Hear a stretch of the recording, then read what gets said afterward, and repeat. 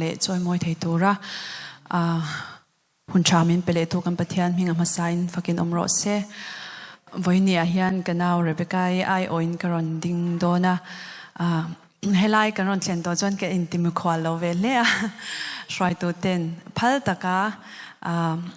pathian fak le choi mona hun min lo siam sak po hi kalom em ani ti karon soi do boke voini a hai kapashila nen kapashila min puina kadila tlang thiang ni ma chuan ti la karon la na nge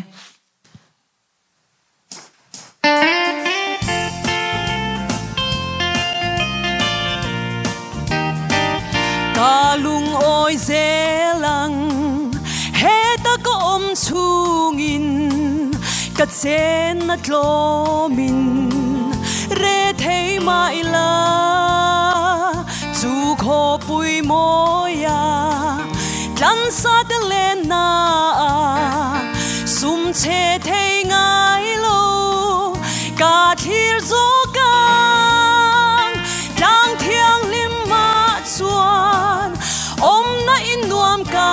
nei chu ram eng moya kan chuai ngai lo van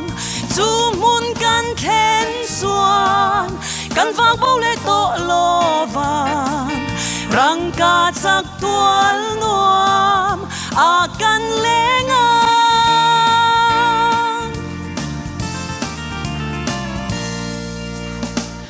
kem na le nat na tokin ka lo room chin zol nei ang khanin lung lu khomin heta om na nget kata na om silo kita om na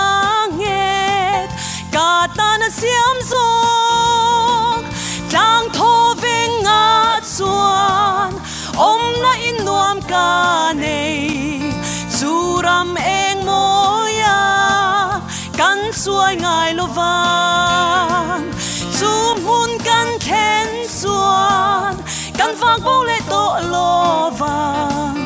rang ka chak tual nuam a kan lenga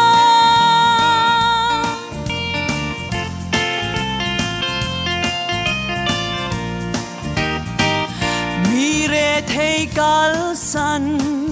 mi lungai kanilo ka thapangai lo vanin kapan khwal zin mai ka ni kho pui chu pan zelin ka thir lan lu khum cha tuanin moi nen tlang tho veng nga chuan om na in nuam ka nei churam eng moya kan chuai ngai lo van chu mun kan khen suan kan vak bo le to lo van rang ka chak tual nuam a kan lenga tlang tho veng nga chuan om na in nuam ka nei churam eng moya kan suai ngai lo van chu mun kan khen chuan kan vak bo le to lo van rang ka chak tual nuam a kan lenga rang ka chak tual nuam a kan lenga lalpa chau ro pui be ro se